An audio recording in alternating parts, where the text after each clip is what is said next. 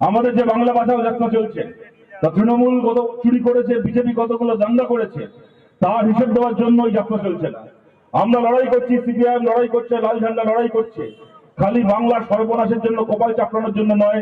এই সর্বনাশ থেকে বাংলাকে বার করে সামনের দিনে আরো উন্নত, আরো ভালো একটা রাজ্য, আরো ভালো একটা বাংলা তৈরি করার জন্য আমরা লড়াই করছি। আমরা কেমন বাংলা তৈরি করতে চাই আপনারা জানেন।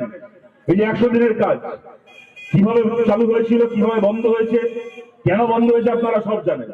2004-এ যখন বাংলা থেকে 35 জন, গোটা দেশ থেকে 61 জন বামপন্থী এমপি এখান থেকে জিতে আমরা গেছিলাম, পার্লামেন্টে গেছিলাম, সেই সময় আমরা দেখেছিলাম বিজেপিকে আটকানোর জন্য কংগ্রেসকে সমর্থন করতে হবে, কংগ্রেসকে আমরা সমর্থন করেছিলাম।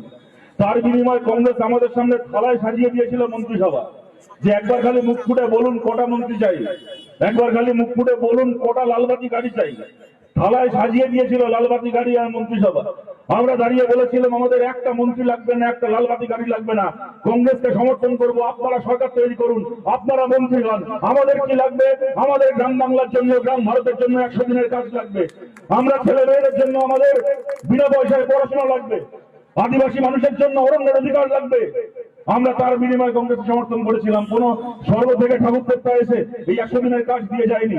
এই 100 দিনের কাজ আমাদেরকে লড়াই করে চালু করতে হয়েছে।